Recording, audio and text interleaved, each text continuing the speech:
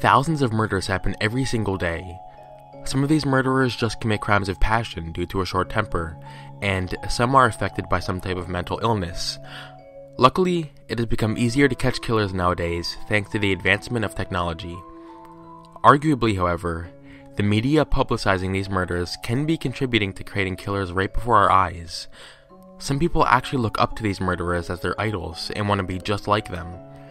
I'm sure some people actually feel like they see themselves in the criminals that they're mimicking, but I'm also sure some of them just want attention. These people are known as Copycat Killers. 10. The Manga Murder. Even if you are not an anime fan, I think it's fair to say that Death Note is a very intriguing anime that most people will enjoy. For those of you who are not familiar with it, it's about a man named Light Yagami who finds a notebook titled Death Note. He later discovers that anyone whose name is written in the book will die. He attempts to use this notebook to purge the world of all criminals, becoming a tyrannical psycho in the process. Believe it or not, this series actually inspired what may have been a real murder. Whereas there was no magical notebook involved, a very mysterious case occurred in Belgium in 2007. On September 28, 2007, a severed torso and 2 thighs were found in Belgium, along with 2 notes which said, "Watashi wa Kira desu," which was a mistranslation of, "I am Kira." The police couldn't identify the body since all they had was a torso and thighs. The detectives brought up the possibility that it could have been a joke by the medical students, since the school year did just start, and it wouldn't have been too difficult for the students to access a dead body. For a really long time, the police weren't getting anywhere with the case. In June 2013, 2 suspects of the crime were sentenced to 20 years in prison, and the remaining suspect was sentenced to 23 years in prison. Number 9. Jason Moore. Whether you're a horror fan or not, I'm sure you have at least heard of the Nightmare on Elm Street films. It's not easy to forget the main antagonist, Freddy Krueger, who could attack his victims from within their dreams, using his gloves armed with razors. You've probably seen the plastic props of Freddy Krueger's gloves in Halloween stores. But Jason Moore wanted to bring this a step further. He actually created a real razor glove using a leather gardening glove and 4 blades welded into brass housings. What he used the glove for, however, was very horrific. Jason Moore was obsessed with Nightmare on Elm Street, and had actually watched it 20 times. On August 30th, 2006, Jason Moore and his friend, John Paul Skomarsky, were drinking cider together in Moore's home, when eventually, Skomarsky fell asleep. Skomarsky was awakened by Moore, slashing at him with the glove and a 10-inch bread knife. Skomarsky suffered 4 cuts to the face, a few cuts to his hand, and a 1-inch stab wound to his chest. Fortunately, he did survive. After the attack, Jason Moore was jailed for life. 8. James Egan Holmes. The Joker is one of the most memorable Batman villains. His face painted like a clown along with a scar in the shape of a smile on his face are hard to get out of your head. I especially liked his appearance in Batman The Dark Knight. It's very common for people to admire a villain, but some people take this admiration to a new level. On July 20th, 2012, James Egan Holmes walked into a movie theater that was playing Batman The Dark Knight in Aurora, Colorado. About 20 minutes into the film, he walked out of the emergency exit and retrieved a gas mask along with several guns. He walked back into the theater and threw 2 canisters emitting smoke. He then started firing at the audience. All in all, there were 82 casualties, but only 12 deaths. Another thing that is disturbing about this is that Holmes had dyed his hair reddish-orange for this, and called himself the Joker. Number 7. Alvaro Castillo. The Columbine Massacre was one of the deadliest shootings in Colorado. For those of you unaware, for whatever reason that may be, it was an incident in which 2 high school students named Eric Harris and Dylan Klebold shot up their high school and then killed themselves. You would be amazed by how many people actually looked up to these kids. Sadly, someone looked up to them so much to the point of trying to replicate their crimes. Alvaro Castillo was a clearly mentally ill man who admired the Columbine shooters. He even got his mother to drive him to the Columbine High School one day. There was one point where Castillo wrote in his journal how he planned to cause a massacre very similar to the Columbine shooting. In addition, he made a series of videotapes where he would talk about his life. In one video, He would talk about how angry he was at his father for hitting him and his mother.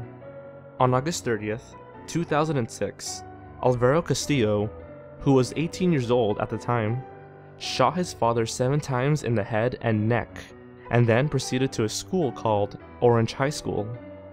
Upon arriving, he set off a cherry bomb and began firing at the students, before his gun jammed and he was tackled by a deputy sheriff assigned to the school. Thankfully, no one was killed, but 2 students were wounded. Castillo was later sentenced to life in prison, with no chance of parole. 6. Stephen Miles. I personally thought that Dexter was a pretty good show for the most part. For those of you who are unfamiliar with the show, it's about a blood spatter analyst named Dexter who works for the police, but when he's not working, he's killing other murderers. A kid named Stephen Miles, who is diagnosed as having an autistic syndrome, took his love for this show too far when he murdered his girlfriend, Elizabeth. Stephen Miles, who had an obsession with Dexter, also claimed to have an alter ego whom he called Ed. One day, Ed made him kill his girlfriend, Elizabeth, by stabbing her in the head and back. After she was dead, Stephen dismembered her body and put the parts into bin bags. Stephen's sister came home an hour after the murder, and Stephen told her that Ed made him do something bad. Shortly after, Stephen was arrested and sentenced to prison for 25 years before being considered for release. Number 5. Anthony Conley. Dexter must have really glorified murder, because this is yet another murder that was inspired by the show Dexter. An 18-year-old named Anthony Conley felt that he actually identified with Dexter and had a desire to kill, which he compared to someone craving a burger. On one Saturday night, Conley let this desire get the best of him. His parents were at work, and he decided to strangle his brother to death. After killing him, he stuffed his body in the trunk of his car and drove to his girlfriend's house, where he spent the night. The next day, he dumped his brother's body in a park. When his parents asked where his brother was, he told them that he was at his grandmother's house. When they asked him to pick up his brother, Conley drove to the police station and turned himself in. He was later sentenced to life in prison without parole. 4. Eddie Seda. The Zodiac Killer was a serial killer who terrorized California in the late 60s and early 70s. Altogether, he claimed 37 victims, but only the first 7 were ever confirmed. One reason the Zodiac Killer remained such a mysterious murderer is because he was never caught. The Zodiac never being captured was one of the reasons that Eddie Seda heavily admired him. On November 17, 1989, East New York 75th Precinct received letters with the heading, "This is Zodiac." The letter contained a warning of 12 murders, one for each sign of the Zodiac. Eddie Seda, of course, tried to carry out his mission to murder these 12 people, but ultimately failed. He ended up attacking a total of 8 people, but only successfully killed 3 of them. Eddie Seda was captured when he got into an argument with his sister, in which he pulled a weapon on her. She called the police, and Seda was arrested. They later found out that he was responsible for the rest of the attacks he carried out. Eddie Seda is now in the Great Meadow Correctional Center and will be eligible for parole in the year 2081. Number 3. Theory Jerden. You can't be a horror fan if you haven't seen the movie Scream.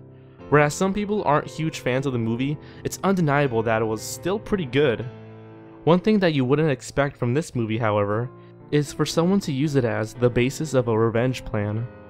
Theory Jerden, who was 24 years old, was rejected by his neighbor, who was 15 years old. Out of anger, he decided to get revenge, based on the movie Scream. He got dressed in a Scream costume and grabbed 2 large knives. He then stabbed the 15-year-old girl 30 times, and left one wound that looked very similar to a wound shown in the movie.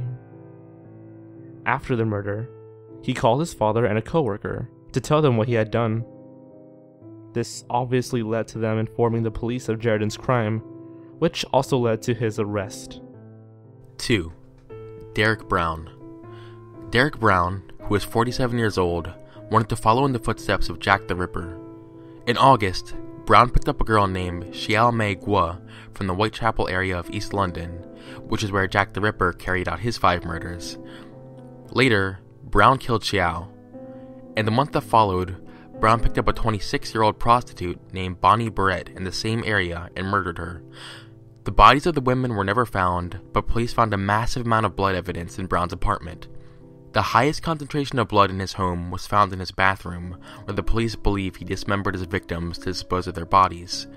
In 2008, Derek Brown was sentenced to 30 years in prison. Number 1. The Matrix Murders. The Matrix was undoubtedly an amazing movie. In the movie, the main character, Neo, lives in a computer-simulated world called the Matrix, but is eventually woken up into the real world, where he becomes a hero who frees humans who are undermined by technology. Surprisingly enough, this movie actually caused quite a few copycat murders to take place. In September of 2002, Fatima Messages killed his landlord in California and claimed that he was in the Matrix while doing so. Later that year, someone named Lee Boyd, who had been arrested for 10 sniper shootings near Washington, gave homage to the Matrix and sketches he made while in jail. In 2003, a man in Virginia named Joshua Cook said he lived in the Matrix when he killed his parents. In 2002, Tonda Ansley murdered her landlord and later told the police that the landlord was part of a conspiracy to brainwash and murder her, which is similar to what happened in the Matrix. It's fascinating how one movie inspired several murders in so many different areas. It's terrible that all of these murders had to take place at all, and I'm sure some of this is the fault of the media. When murder is highly publicized or glorified, it makes sense why some people might want to become the next infamous murderer. But I want to make it clear that I am not blaming horror movies and television shows for these events. Any normal person would not let a movie inspire them to kill someone, so these people were clearly mentally ill in some way. Thank you for watching, and I'll see you on the flip side. I want to give a special thank you to Blame It on George for collaborating on this video with me, so be sure to go over there and subscribe to his channel.